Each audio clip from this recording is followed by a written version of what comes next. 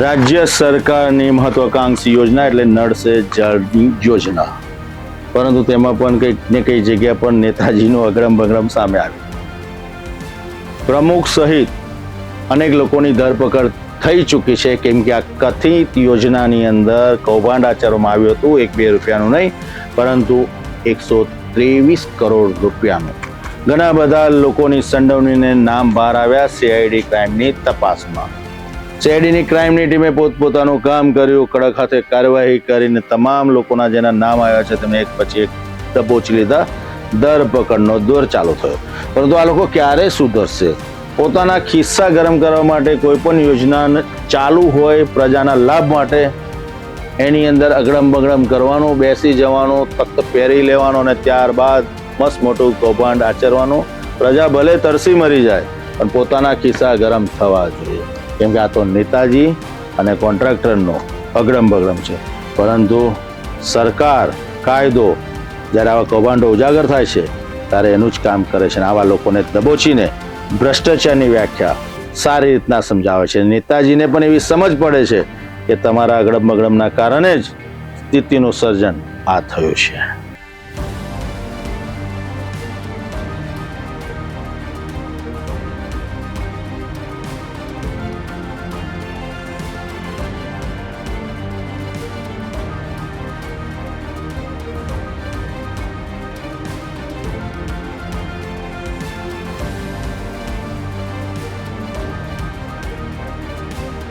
મહીસાગર જિલ્લામાં અમલમાં આવેલી નળ સે જળ યોજનામાં અંદાજે 123 કરોડના કથિત કૌભાંડ મામલે વડોદરા સીઆઈડી ક્રાઇમ બ્રાન્ચે વધુ કાર્યવાહી હાથ ધરી છે।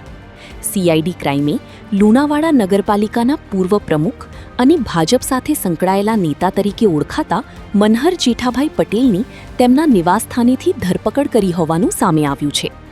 આ ઉપરાંત ઉંબેર ગામની પાણી પુરવઠા યોજના સંબંધિત કથિત 67 લાખ રૂપિયાની ગેરરીતિ મામલે કોન્ટ્રાક્ટર હરીશ રામજીભાઈ પટેલની પણ ધરપકડ કરવામાં આવી હોવાનું જાણવા મળી રહ્યું છે।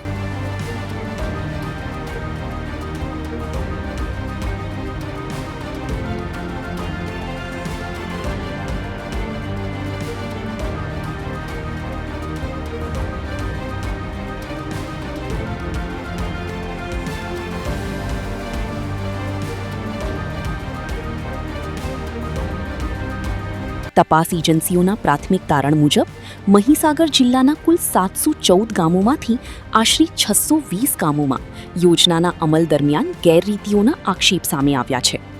આ મામલે કથિત રીતે જવાબદાર ગણાતા નેતા અને કોન્ટ્રાક્ટરો પાસેથી આશરે 2.39 કરોડથી વધુ રકમની વસૂલાત બાકી હોવાનું પણ સામે આવ્યું છે।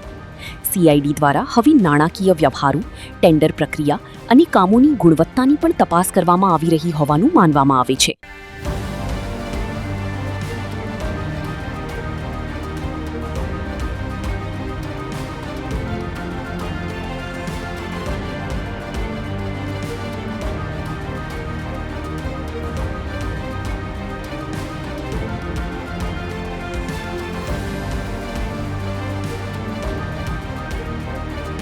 તપાસ દરમિયાન ધરપકડ કરાયેલા આરોપીઓના અગાઉના વ્યવહારો પણ તપાસના દાયરામાં લેવામાં આવ્યા હોવાનું સૂત્રો જણાવી રહ્યા છે।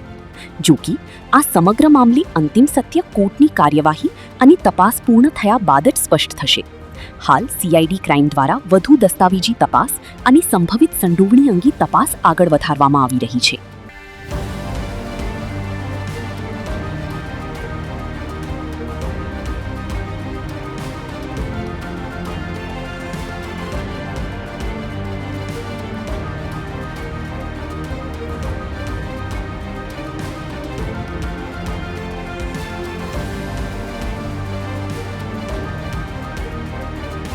સરકારની નીતિ અને એ પણ પ્રજાલક્ષી મહત્વાકાંક્ષી યોજના અને તેમાં ગેરરીતિ અને ભ્રષ્ટાચાર આચરવામાં આવે તો ચોક્કસપણે વિકાસને ગ્રહણ લાગે છે, સાથે સાથે પારદર્શિતાથી કામકાજ જે થતું હોય તે અટકી જાય છે।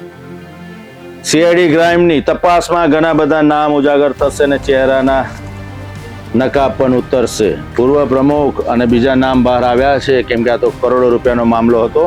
1-2 લોકો ના હોય, કેમ કે આ તો નેતાજીનું અગડમ બગડમ છે। જ્યારે આવી મલાઈ ખાવાની વાત આવે, ભ્રષ્ટાચાર આચરવાની વાત આવે તો સમજોતા એક્સપ્રેસની છુક ગાડી જોરદાર ચાલતી હોય છે. આ બધા જ ભેગા થઈને કુરણીમાં ગોળ ભાગીને પોતાના ખિસ્સા ગરમ કરતા હોય છે. કાયદો કાયદાનું કામ કરી રહ્યો છે.